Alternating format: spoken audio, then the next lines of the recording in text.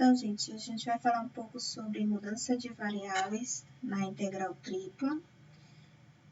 E nós vamos focar primeiramente nas coordenadas esféricas, tá? Mas para isso a gente vai relembrar como determinar as coordenadas cartesianas do ponto P. Nós estamos pegando aqui um ponto P no compacto determinado por essa esfera. E para determinarmos as componentes x, y e z, o que nós fazemos? Pegamos o ponto P, projetamos lá no plano x, y, né? Com isso, com essa projeção, a ortogonal, esse segmento PP' é paralelo ao eixo z, o componente z do P' é 0. Agora, nós vamos projetar lá no eixo x, paralelo ao eixo y.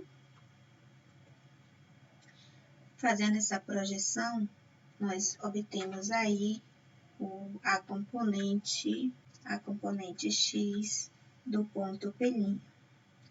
Exatamente aqui no eixo x, nós temos a componente x do ponto P', que é igual à componente x do ponto P.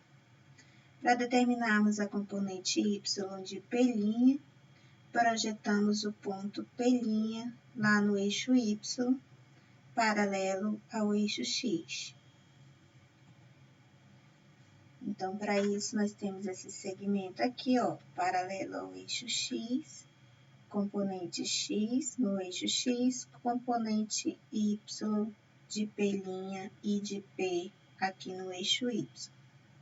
Aqui nós temos a vista de cima, ó, é como se você estivesse lá num avião, né? O avião está passando aqui e você está olhando lá para baixo, certo? E exatamente em cima do ponto P, olhando de cima, você vai enxergar o ponto P exatamente sobre o ponto P'. E esse segmento, como é paralelo ao eixo x, este aqui paralelo ao eixo y, você vai obter aqui um retângulo, certo? Esse ângulo aqui é 90, este aqui também 90, aqui o ângulo entre os eixos é 90, aqui também vai ser 90, tá? E nós temos aí um retângulo. Agora, para determinarmos a componente z do ponto P, nós temos esse segmento aqui em roxo, e nós vamos traçar o segmento paralelo a este, partir do ponto P na direção do eixo Z. Ou seja, a gente quer, na realidade, projetar o ponto P sobre o eixo Z. Então, ó, até virei um pouquinho a imagem, nós temos aqui, ó, esse segmento, ele determina aqui a projeção de P, sobre o eixo Z. Esse segmento é paralelo a esse segmento aqui embaixo. Como o segmento PP' é paralelo ao eixo Z, nós temos aqui também um retângulo, né? Este ângulo aqui, ó, 90, aqui 90, 90, 90 graus. E aqui nós temos esse lado paralelo a este lado aqui paralelo a esse. E aqui nós temos exatamente a componente z do ponto P. Então, componente x, componente y e a componente z do ponto P. Então, aqui no GeoGebra, ó, nós temos o ponto P. Observe que aqui nós temos, olhando aqui de frente, ó, um retângulo. A componente z do ponto aqui no eixo Z, fazendo a projeção de P lá no plano XY, aqui a projeção, projeta no eixo X, está aqui a componente X do ponto P, projeta no eixo Y, a componente Y do ponto P. Então, observe aí o ponto P, P', essa diagonal aqui, P' até a origem, determina um ângulo com o eixo X. Este ângulo nós vamos chamar de θ. Observe que aqui nós temos um triângulo retângulo. E o que eu posso observar mais? Se o ponto P, a projeção dele estiver no eixo X, esse ângulo aqui, ó, em azul, ele vai ser 0. Aí aqui eu vou caminhando, vou aumentando este ângulo. Observe que eu estou girando assim, ó. Ponto P' está no plano XY, então ele está girando no sentido anti-horário, tá? E aí vai aumentando esse ângulo. Quando o P' estiver no eixo Y, este ângulo vai ser 90 graus. Então, este ângulo é o que a gente vai chamar de coordenada θ. O segmento que vai do ponto A ao ponto P', nós vamos chamar de A. Aqui nós temos o ângulo θ, certo? E observe que nós temos esse triângulo retângulo. Então, observe aí, nesse triângulo, então a medida desse cateto vale x, e a medida deste cateto é exatamente o valor de y. Aqui. E se nós calcularmos o cosseno de θ, cosseno desse ângulo, cateto adjacente ao ângulo θ é o valor de x, sobre a hipotenusa que vale A.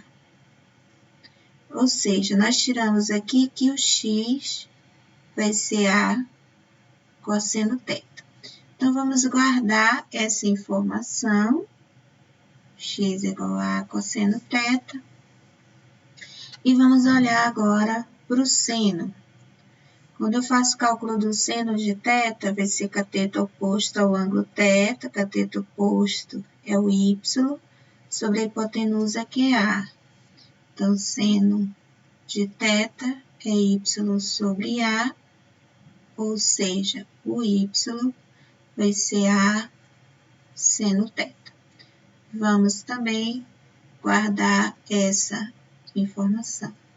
Aqui nós vamos traçar o segmento que vai do ponto O ao ponto P. Deixa eu só virar aqui. E esse segmento nós vamos chamar de R.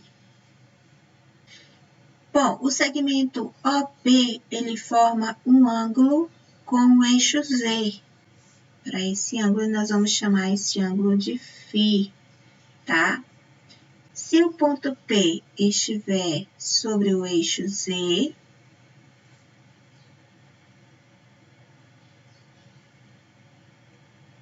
o φ é 0. Aí aqui o φ vai aumentando à medida que o ponto P vai descendo. Quando o ponto P estiver lá no plano XY, o φ é 90. Ou seja, o ponto P coincide com o ponto P', que é a projeção, o φ é 90. E também eu posso pegar o φ maior que 90, sem problema nenhum. Tá? Esse φ ele vai variar de 0 a 180, até aqui 180. Aí o ponto P está sobre o eixo Z, agora na parte negativa do eixo Z. Tá? Quando o ponto P estiver na parte positiva, o φ é 0. Quando o ponto P estiver na parte negativa do eixo Z, o φ é 180. Ok? Aí vamos olhar para outro triângulo agora, esse triângulozinho aqui, ó. Então, triângulo OPB tem o ângulo φ e a medida OP, que é a hipotenusa desse triângulo, vale R. É claro que esse R, ele também pode sofrer alteração, tá? O R vai ser a outra coordenada. tá? Ele pode diminuir. Quando o ponto P estiver na origem, o R é zero, tá? Quando o ponto P estiver lá na origem, o R é zero. E ele pode ir variando também, tá? Até o raio da máximo. Então, o R varia de zero até o raio máximo da esfera. A esfera, tá? O R vai variar de zero ao raio máximo dessa esfera.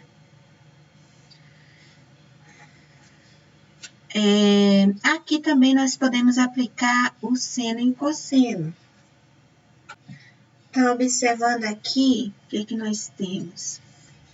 Nesse triângulo OBP, se eu aplicar o seno de φ vai ser o cateto oposto ao ângulo, que é este segmento BP. O segmento BP é exatamente o valor de A, que é a diagonal lá do retângulo que está lá embaixo, exatamente o valor de A. Então, seno φ cateto oposto A sobre a hipotenusa. A hipotenusa é R. Então, aqui nós obtivemos o valor de A. A vai ser R seno φ. E se você calcular o valor do cosseno de φ vai ser aqui cateto adjacente ao ângulo, que é o valor de Z do ponto P, sobre a hipotenusa, que é R. Ou seja, Z vai ser R cosseno φ. Ok? Então, vamos guardar essa informação e essa informação. Aí, vamos olhar aqui, ó. Eu sei que x é A cosseno, só que eu determinei o valor de A. Então, eu escrevo x igual a A, que é A, R seno φ, vezes cosseno θ. E o y? O y é A, que é o mesmo R seno φ, seno θ. E quem é o z? O z fica assim mesmo, R cosseno φ. Então, com isso, eu consegui colocar as componentes, as coordenadas, né, x, y, z, em função de r, θ e φ. Agora, quando se trata de integral, né, o teorema da mudança de coordenadas, nós temos que calcular o determinante jacobiano, tá? Então, para isso, vamos derivar x em relação a θ, derivando x em relação a θ. Você vai olhar aqui, ó, como constante, repete, né? Vai repetir R seno φ, derivada do cosseno, menos seno θ. Agora, vamos derivar x em relação a R. Você vai olhar tudo isso agora como constante. Vai ficar seno φ cosseno θ. E derivando x em relação a φ, então você vai olhar R cosseno θ como constante, vai repetir. Então, vai ficar R, derivada do seno é o cosseno, repete cosseno θ. Agora, fazendo as mesmas derivadas agora em relação à variável y, derivando y em relação a θ, né? Você vai olhar isto aqui como constante, vai repetir. Então, vai ficar R seno φ, derivada do seno, cosseno.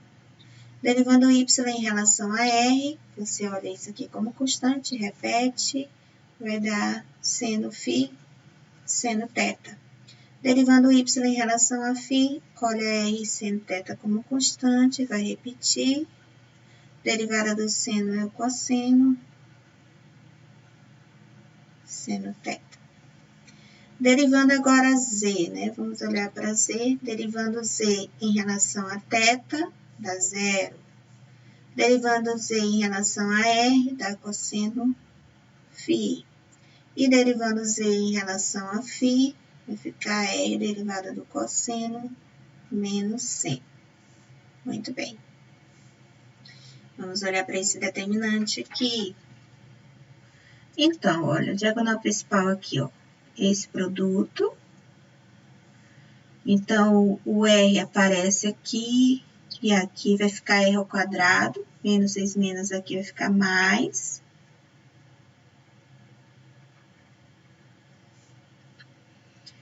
O seno φ aparece nas três expressões, né? Então, vai ficar seno ao cubo de φ. E sobrou seno de θ, seno de θ. Seno ao quadrado θ. Depois, nós vamos multiplicar esse vezes zero, que dá zero. Depois, este vezes esse. Então, vamos lá. Então, vai ficar positivo, sinal positivo. O R aparece aqui, né? Aparece aqui, fica R ao quadrado.